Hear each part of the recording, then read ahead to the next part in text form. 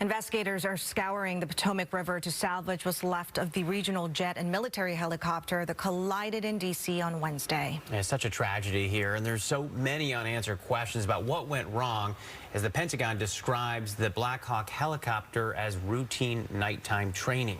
Kaylee Schuyler is joining us live from Washington's Reagan National Airport with the latest on the investigation. Kaylee? Good evening, Hannah and Matthew. Well, the NTSB saying tonight in an update that they are thoroughly investigating every aspect of this crash. But most importantly, the victims' families come first. Over 100 family members are in the D.C. area receiving briefings. And officials say 41 of the 67 victims have been recovered, and they are hopeful that they will find everyone. But they say first they have to remove the aircrafts from the river to do so. I just spent the last several hours with them before we came here, and I apologize that we had to move this back. But they are one of our primary concerns, along with making sure we get factual information out. They are having it's a hard time for them.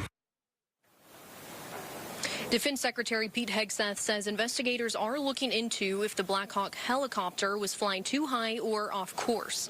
An Army official says the Black Hawk's maximum allowed altitude was 200 feet. President Trump says it was far above the limit, but right now investigators want to see more data to know for sure. Transportation Secretary Sean Duffy says helicopter flights are restricted near Reagan National Airport now. The restrictions will remain in place indefinitely as the investigation continues.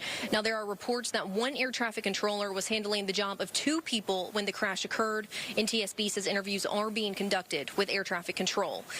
The cockpit voice recorder and flight data recorder from the regional jet has been recovered, and tonight NTSB just shared that the black boxes have now been recovered from the Black Hawk.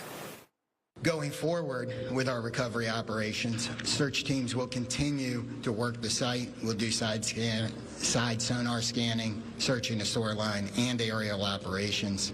Our dive teams are working in targeted areas, and additional Coast Guard assets will arrive this afternoon.